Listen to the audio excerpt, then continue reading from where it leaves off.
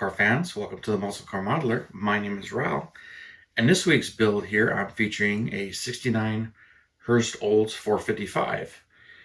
Now this is actually the second year for the Hurst Olds option on the Cutlass 442, and it's one of the very few intermediates that actually got more than 400 cubic inch engine. 68, I don't think there was another A body that got more than a 400 cubic inch engine. But 68 was the first year for the Hurst Olds, and a little over 500, I think it was 515 of those were built. They were silver and black, and I did feature one on my channel. I built both of these at about the same time, or really close together, so they're both older builds, as you can see from the photos here. But in 68, they supposedly transplanted the 455 into the cars, but rumor is that that was kind of a lie, and they actually got the 455s on the assembly line. But the 68 and 69, the 455s were red, so there's a big difference right there. And the 68s were 390 horsepower and 500 foot-pounds of torque, and all of them automatics. The 69s are really no different. Supposedly, it was 380 horsepower instead of 390 for the 69 model year, but there really wasn't any kind of changes. I understand it was just marketing trying to say that they made less power than they did, but they really were the same, and the performance was identical.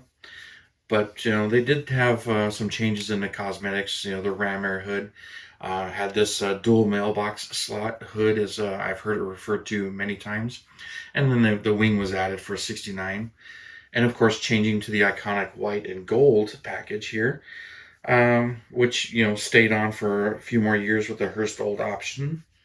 But there were no black 69 Hurst Olds. Later ones, black was becoming available, but when it came to these, they were quite the car, and like I said, it had the 455 engine in it.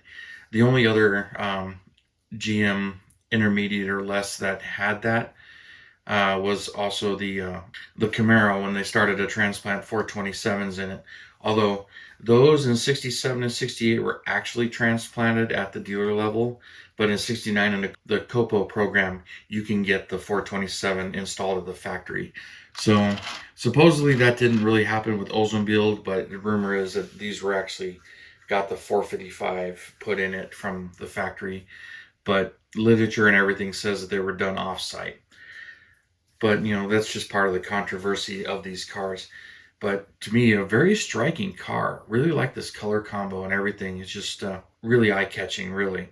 But some of the other unique features, and I always thought, it's a Hurst. You would think, they were known for their 4-speed shifters, and that was in the GTO and a few other cars. So Hurst was dabbling with a little bit of everything. And the 69 was really no different. In 68, they were helping prep the Hemi Darts while they had their Hurst Olds version as well. 69, they were involved with the SC Rambler with AMC, and so they were doing these, and also were messing with the Grand Prix, but that didn't happen until 70, and along with Pontiac. They were also dealing with Chrysler with the 7300C. So definitely some juggling going around, even though there really wasn't a 70 Hurst Old. So Hurst was really involved and dabbling in so many different things, which I find that fascinating for a guy that really was involved. But when it comes to these, they were all automatics. Now, I mentioned the 68s, there were 515 built, but they weren't prepared for the demand. So in 69, they upped the demand up, and they say a little over 900 were built. I think I remember seeing 917. But, still a very, very rare car, but a very, very unique car for its time period.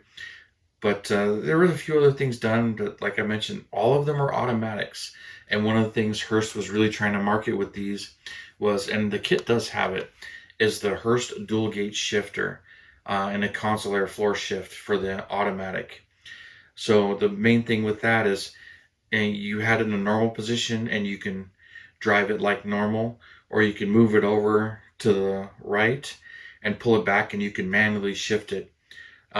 from first, second, third, back and forth, and it would be kind of like a full manual valve body, but there was no risk of popping it into neutral or reverse when you went into the dual gate portion of it. Also termed his and hers shifter, but that wouldn't fly today because that's pretty sexist, and it's just kind of funny to think that. And also, there were three convertibles built for 69, and I understand there was a 68 convertible, at least one, but they were promotional cars and they really weren't for sale to the public. But there were two 69 convertibles built, and they had one on the West Coast and one on the East Coast that Hurst was using to promote itself. And they have Linda Vaughn on the back in photos on that. And one of them was destroyed. Not really sure what happened to it, but it was destroyed early on and still in the model year.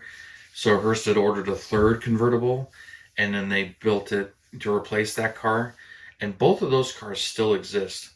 So two of the three convertibles were, still exist, even though one of them was destroyed. But that's really documented. And another interesting part on this particular car, there's Ford parts on this thing. The model kit doesn't have them. I think that's kind of funny. That's just one of my things with this particular kit. But, AMT actually did a good job. I mean, you hear a lot of complaints about AMT kits.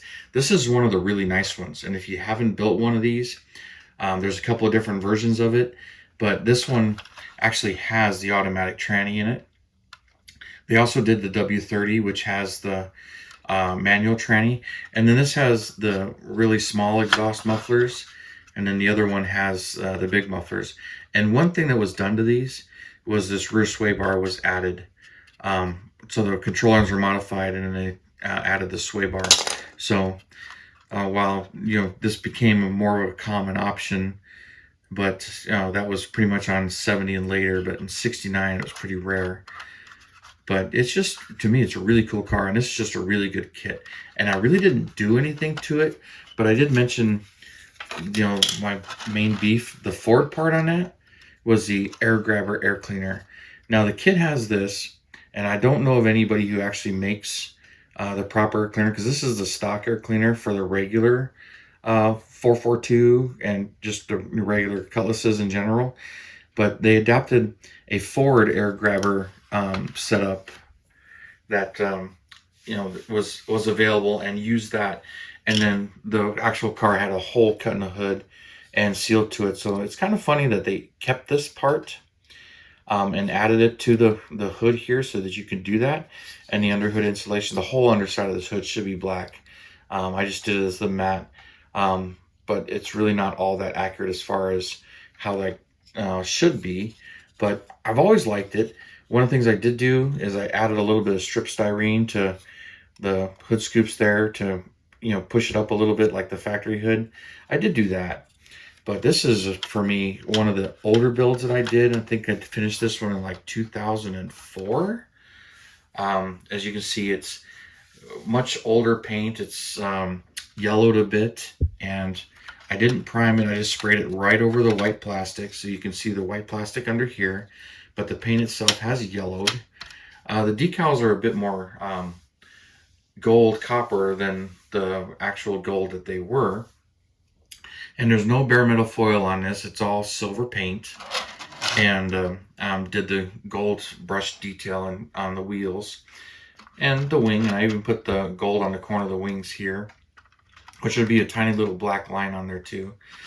But that's, other than modifying the hood scoop just a little bit, this one's built right out of the box. And as I said, it's a really nice kit. And I've got multiples of them. I built two of them, this one and the 68 Hurst Olds that I've shown before, and I'll throw a picture of that up in here as well. But I built that one, and then I have another resin conversion to make another 68. It's a model house conversion. Now super hard to get and somewhat desirable, but not, other people are now casting them as well. But I always kind of wanted to make a convertible, so I got another 69 kit that I've dabbled with the idea of making a convertible out of it. And maybe, using the AMT 69 Chevelle convertible parts to do that, because Model House did offer those at one time, even though years later they finally re-released that 69 Chevelle convertible from AMT, but I think that was about 10 years ago now, like 2014. Throw that box art up as well. But this one, it bugs me a little bit that I really want to redo this one. I don't mind the interior too much, and I did paint the headrest, the gold stripe on them a little bit. The factory did that too. They painted gold right on the vinyl to give a stripe to the headrest. And that's not the first car Hurst did that to. As I mentioned, the SC Rambler, they did the same thing to that car. But I really enjoyed building this one, and I just remember having a really good time with it. And it's got a great chassis, so I've kit bashed this chassis under a couple of the other 70, 71 2442s, which is another 3 or 4 of those. So I bought a number of these as parts kits and used them. But and I've still got more in my stash there. At least 3 more planned. Another 68 stock 442, a 69 442 W30, which that's right out of the box, and then one more of these kits. And I believe it's been reissued again recently, but just a really nice kit, that really good detailing. The only thing that really bothers me is I want to make a much more correct air cleaner for this when I do rebuild it, and whether or not I actually strip this one and rebuild it or just build a whole nother one to offset it. But this one, the paint and decals is nice, but there's no bare metal foil. That's all silver paint. And while it came out pretty nice, especially these hood vents, it's all paint. And really like it. But I still go back and forth on should I redo this one or should I not? Part of me is going to be lazy and leave it alone. But it's just a really cool car, and some of the sink marks in the dash here, you can kind of see them there. Didn't fill any of those, and there's sink marks in the headrests there on both of them. Fill some of those things in and just really make a really nice model kit.